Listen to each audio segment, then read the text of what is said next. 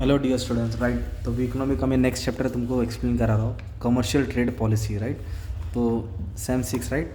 तो commercial trade policy क्या होता है, इसमें दो दिया है, एक फ्री ट्रेड और एक प्रोटेक्शन। तो what is commercial trade policy?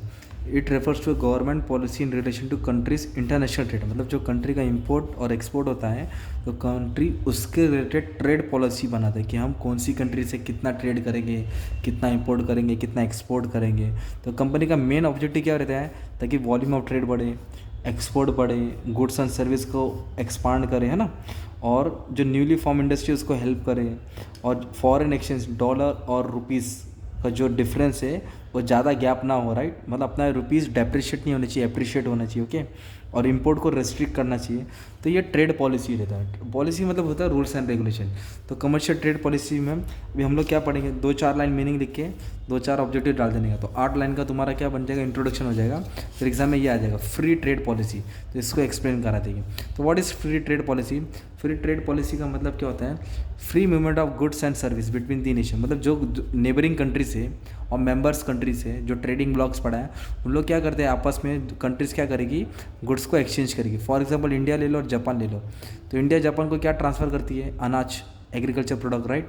तो जापान इन रिटर्न अपने को क्या देता है, टेक्नोलॉजी। हम इंडिया से टेक्नोलॉजी फॉलो करते हैं। तो इन दोनों के बीच में क्या हो रहा है, ट्रेडिंग हो रहा है, राइट। तो उन लोग दो कंट्री आपस में बैठ के रूल्स एंड रेगुलेशन बनाएगा कि मुझे इतना क्वांटिटी का टेक्नोलॉजी चाहिए, ये क्वांटिटी का मुझे अनाज चाहिए। तो इसमें रिस्ट्रिक्शन, ट्रेड बैरियर्स नहीं होते हैं। तो फ्री ट्रेड पॉलिसी का मतलब होता है there are only fewer restriction, ज़्यादा रिस्ट्रिक्शन नहीं होता है, ओके। तो इसके फ़ायदे क्या है, ट्रेड, फ्री ट्रेड से क्या क्या फ़ायदा हो सकता है, we have to study that, okay. तो आ जाओ। तो सबसे पहले क्या दिया है, प्रमोट एफिशिएंसी। तो फ्री ट्रेड के कारण क्या होता है मालूम है क्या, it helps the international trade specialisation. मतलब इंपोर्ट एक्सपोर्ट अच्छे से होता है। जो कंट्री जो प्रोडक्ट में स्पेशलाइज है, जिसका कंपनी का कॉस्ट कम होता है, कंपनी वो चीज़ को क्या करती है, एक्सपोर्ट करती है। और जो कंट्री के पास चीज़ अवेलेबल नहीं है, कंपनी उसको बाय करती है। इस तरह एफिशिएंसी होता है, कंपनी का कॉस्ट, कंट्री का कॉस्ट क्या होता है, कम होता है। तो ये फ़ायदा है किसके कारण, फ्री ट्रेड पॉलिसी के कारण। रिस्ट्रिक्शन कम रहता है ना। तो countries under free trade regime have to manage their resource better in order to effectively compete with the rest of the world. तो कंपनी अपने हिसाब से रिसोर्स का अच्छे से यूटिलाइज करता है, जिसके कारण वेस्टेज कम होता है और एफिशिएंसी होता है, राइट। एफिशिएंसी मतलब at low cost high profit. Next क्या फ़ायदा होता है, इकोनॉमिक ग्रोथ। तो ऑब्वियसली ना, जब इंपोर्ट और एक्सपोर्ट होते रहेगा दो कंट्री के बीच में, तो क्या होगा, कंट्री का ग्रोथ होएगा, डेवलपमेंट होएगा। तो लार्ज स्केल में प्रोडक्शन होगा तो एक्सपांड होएगा, प्रोडक्शन बढ़ जाएगा, जिसके कारण वॉल्यूम ऑफ ट्रेड भी बढ़ जाएगा और इकोनॉमिक ग्रोथ होने का ज़्यादा चांस है। कंपिटिटिवनेस का मतलब क्या होता है, कंपटीशन। क्या होता है, कंपटीशन।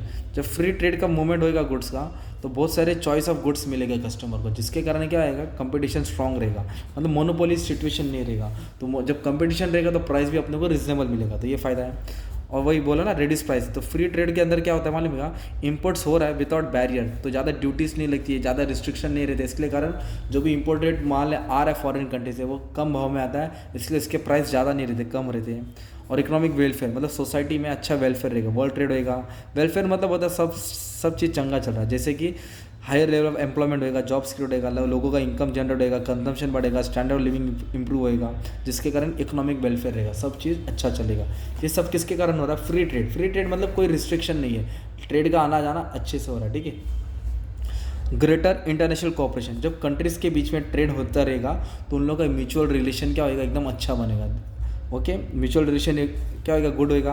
हर कंट्री किसी न कंट्री पे डिपेंड है। जैसे गल्फ कंट्री के पास अगर तेल है, but they have to depend agriculture product, technology बाहर से लाती है ना। इंडिया के पास एग्रीकल्चर प्रोडक्ट है तो अपने को टेक्नोलॉजी खरीदना पड़ता है। जापान के पास टेक्नोलॉजी है तो उसको अनाज खरीदना पड़ता है। तो इस तरह अलग अलग कंट्री एक दूसरे से डिपेंडेंट है, जिसका कारण आपस में क्या हो रहा है, इंटरनेशनल कोऑपरेशन हो रहा है, ट्रेडिंग पार्टनर बढ़ रहा है। मतलब क्या हो रहा है, एक पॉलिटिकल फैक्टर अच्छा से डेवलप हो रहा है, ओके। तो इसके पूरे वर्ल्ड में पीस और सेफ्टी रहता है। Less government intervention. Free trade मतलब होता है नो रिस्ट्रिक्शन। फ्री ट्रेड मतलब नो रिस्ट्रिक्शन। जब फ्री ट्रेड है तो गवर्नमेंट का इंटरवेंशन भी कम रहेगा ना। तो ये हो गया तुम्हारा free trade policy, right. Free trade क्या होता है, जहाँ कोई रिस्ट्रिक्शन नहीं होता है। तो उसका उल्टा होता है प्रोटेक्शनिस्ट। तो प्रोटेक्शनिस्ट पॉलिसी का मतलब क्या होता है, in this the domestic industry, मतलब जो फॉरेन फर्म है, ओके। फॉरेन फर्म का मतलब क्या हो गया, बाहर की कंपनी। और डोमेस्टिक मतलब हो गया इंडिया का, राइट। अब जैसे हमारे इंडिया में वड़ा पाव, समोसा पाव, ये हमारा प्रोडक्ट है, राइट। तो वड़ा पाव समोसा पाव को बचाने का, किससे बचाने का, बर्गर से बचाने का है, पिज़्ज़ा से बचाने का है, राइट, ये सब चीज़ से बचाने का। तो ये फॉरेन प्रोडक्ट अगर इंडिया में आ जाएंगे ज़्यादा तो अपने प्रोडक्ट कम बिकेंगे, इसके लिए गवर्नमेंट क्या कहते हैं, फॉरेन प्रोडक्ट पे ना टैक्स ज़्यादा लगा देता है, तो जिसके कारण वो हाई प्राइस में बिकेगा, तो फिर इसके लिए लोग वड़ा पाव समोसा पे ज़्यादा खाएंगे, मतलब इंडियन प्रोडक्ट ज़्यादा बिकेंगे। अगर इंपोर्ट्स को महंगा कर देंगे तो फिर कोई भी इंडियन इंपोर्ट को नहीं परचेस करेगा, इंपोर्टेड चीज़ को नहीं खरीदेगा, लोकल प्रोडक्ट को खरीदेगा। इस तरह गवर्नमेंट क्या करता है, पर्टिकुलर गवर्नमेंट अपने कंट्री के इंडस्ट्री को प्रोटेक्ट करता है, किससे, बाहर से। तो कैसे प्रोटेक्ट करेगा, ट्रेड बैरियर्स लगा के, रिस्ट्रिक्शन लगा के, टैरिफ लगा के, इंपोर्ट कोटा लगा के। फिर मैं तुमको इसमें नॉन टैरिफ बैरियर एक टॉपिक पढ़ाने रहा हूँ, वो उठा के आंसर लिख देने का इसमें, और जो फ्री ट्रेड पॉलिसी है ना, इसको नेगेटिव में डाल देने का, तो ये वाला आंसर तुम्हारा तैयार हो जाएगा। तो प्रोटेक्शनिस्ट पॉलिसी में क्या लिखने का, नॉन टैरिफ बैरियर का पॉइंट्स डाल देने का है। एक कंट्री क्या करती है, बाहर की कंट्री को टैरिफ लगाती है, रिस्ट्रिक्शन लगाता है कि वो इंडिया में हमारा उनका प्रोडक्ट ना आए, अगर उनका प्रोडक्ट ज़्यादा आएगा, टैक्स ज़्यादा चार्ज करेंगे ना हम लोग, मतलब टैक्स ज़्यादा चार्ज कर रहे हैं, राइट, कस्टम ज़्यादा चार्ज कर रहे हैं, तो बाहर का प्रोडक्ट कम आएगा, जब कम आएगा तो अपना प्रोडक्ट ज़्यादा बिकेगा ना। तो प्रोटेक्शन मतलब बचाना, किसको, डोमेस्टिक इंडस्ट्री को, किससे, फॉरेन फर्म से। तो गवर्नमेंट अलग अलग तरीके से बचाता है, इनफैक्ट मतलब छोटी इंडस्ट्री। तो इसमें क्या आंसर लिखने का तुमको, नॉन टैरिफ बैरियर, क्या लिखने का, नॉन टैरिफ बैरियर के पॉइंट तुम लोग लिख सकते हैं, ठीक है।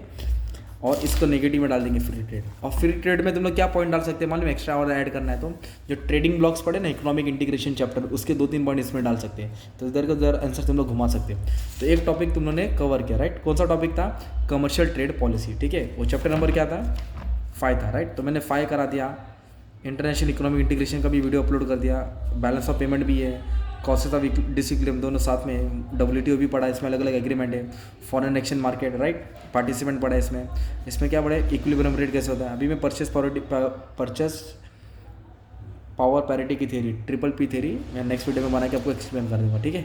Thank you.